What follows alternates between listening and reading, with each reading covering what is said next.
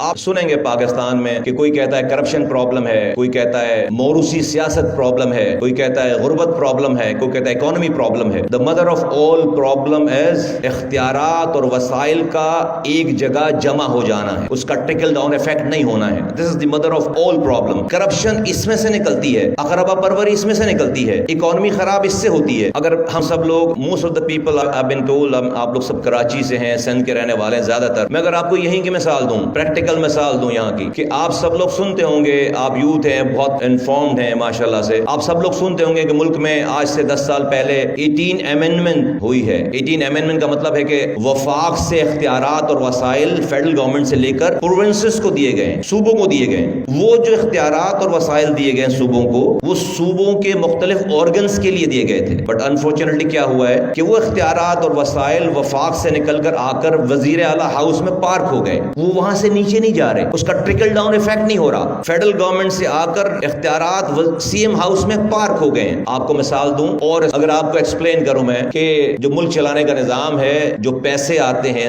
وفاق سے صوبوں کو پیسے آتے ہیں، وہ ہر سال پروونشل گورنمنٹ کو 1000 ارب روپے ملتا ہے، 1000 ارب روپے وفاق سے، 1000 ارب روپے، اس کی ڈیٹیل میں نہیں جا رہا۔ 200 ارب روپے یہ خود کماتے ہیں، 1200 ارب روپے، 1200 ارب روپے جو خرچ کرنے کی اتھارٹی ہے وہ ایک ہے، اور ایک انسان ہے، وہ ہے وزیر اعلیٰ۔ یہ پیسے ملتے ہیں NFC ایوارڈ کے ذریعے، جس کو کہتے ہیں نیشنل فائنانس کمیشن۔ اصولاً اس پیسے کو لے کر وزیر اعلیٰ کو نیچے پروونشل فائنانس کمیشن کا اجرا کرنا چاہیے، لیکن وہ یہ PFC ایوارڈ نہیں دیتے۔ جو صوبوں سے ڈسٹرکٹ کو پیسے جانے ہیں، ہم سب کراچی کے رہنے والے ہیں، Karachi generate 68% of the entire country's revenue alone from the city, but in return we don't even get 2% of our share. Karachi generates 95% of this province's entire contribution to the federal government. We generate 95% of this province's revenue alone from the city. Entire Karachi's export is 50% of the entire country's export. 50% جو export ہے پورے ملک کا، اس کا 50% export Karachi سے ہے۔ پورے پنجاب کی جو سیلز ٹیکس جمع ہوتی ہے، اس سے زیادہ صرف یہ شہر جمع کرتا ہے، اکیلے ایک شہر۔ تو یہ کنٹریبیوشن ہے، but in return chief minister of this province according to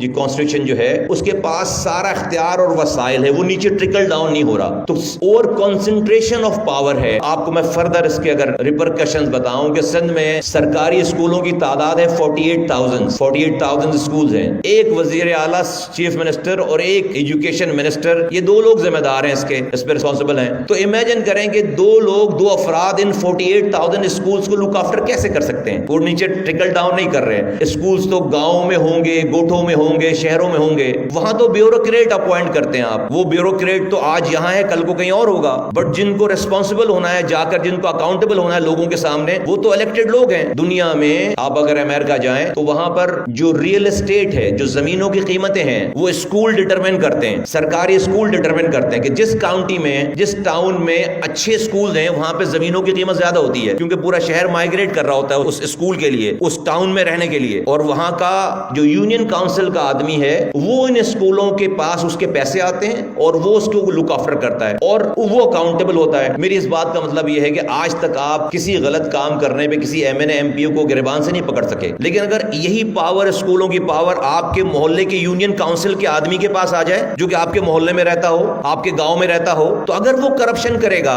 اگر وہ کوالٹیز آف ایجوکیشن کو خراب کرے گا، تو ہم نیب کو نہیں بلائیں گے اس کو پکڑنے کے لیے، لوگ جمع ہوں گے اور اس کے دروازے کو نوک کر کے اس کو گریبان سے پکڑ سکتے ہیں۔ آج تک 70 سالوں میں آپ کسی وزیر کو گریبانوں سے نہیں پکڑ سکے، آپ کسی MNA کو گریبان سے نہیں پکڑ سکے، آپ کسی MPA کو گریبان سے نہیں پکڑ سکے۔ تو پروونشل گورنمنٹ کہتی ہے کہ 10 سالوں میں ہم نے 2300 بلین خرچ کر دی ایجوکیشن پہ، سندھ کی بات کر رہا ہوں، 2300 ارب روپے خرچ کرنے کے بعد آج 70 لاکھ بچے جن کی ایج ہے اسکولوں میں جانے کی، وہ اسکولوں سے باہر ہیں۔ 70 لاکھ، 7 ملین، پورے پاکستان میں 2.5 کروڑ بچے ایسے ہیں جن کی ایج ہے اسکولوں میں جانے کی، وہ اسکولوں سے باہر ہے۔ سندھ میں 70 لاکھ، تو 70 لاکھ کی آبادی میں دنیا میں 50 کنٹریز ایسی ہیں جن کی آبادی 70 لاکھ سے کم ہے، یعنی کہ ہمارے پاس صرف سندھ میں اتنے بڑے بچوں کی تعداد ہے، اتنی زیادہ، جو کہ دنیا کی 50 کنٹریز سے بڑی پاپولیشن ہے، جو ہمارے پاس ان لوگوں کی جو اسکول ہی نہیں جا رہے۔ تو کل کو ہم کل کے دہشت گرد، کل کے امن کو خراب کرنے والے لوگ ہم آج پیدا کر رہے ہیں۔ اب جب یہ بچے 70 لاکھ بچے